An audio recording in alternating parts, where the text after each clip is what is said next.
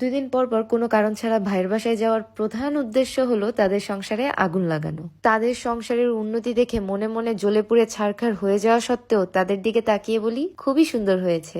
এরপর নেকা কান্না শুরু করি। বাবা মা নাই বলে এখন আর কেউ আদর যত্ন করে না, ভালো মন্দ খাওয়ায় না, যাতে দুপুরের খাবারে গরু, ছাগল, হাঁস, মুরগি, ভেড়া কোনোটা মিস যাতে না হয়।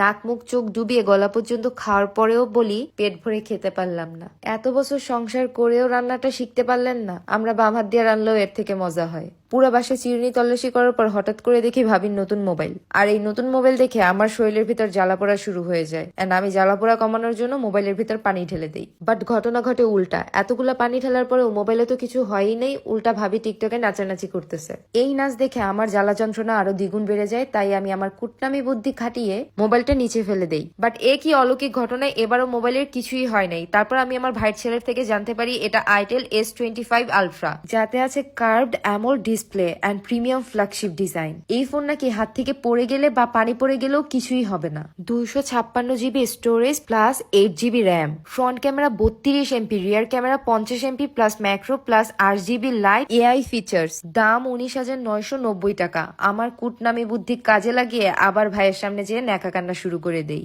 একটা মোবাইলের অভাবে ভাই বোনের খোঁজ খবর রাখতে পারি না। ভাই ভাবিরা কেমন আছে জানার জন্য মনের মধ্যে আনসান আনসান করে। টাকা পয়সা হাতের ময়লা। আমার থাকলে আমি সব আমার ভাই বোনদেরকেই দিয়ে দিতাম। আমার ন্যাকা কান্না শুনে ভাইয়ের মনটা গলে যায়। ভাই আমাকে বলে তোর ভাবির এই ফোনটার আরেকটা ভ্যারিয়েন্ট আছে, আইটেল S25।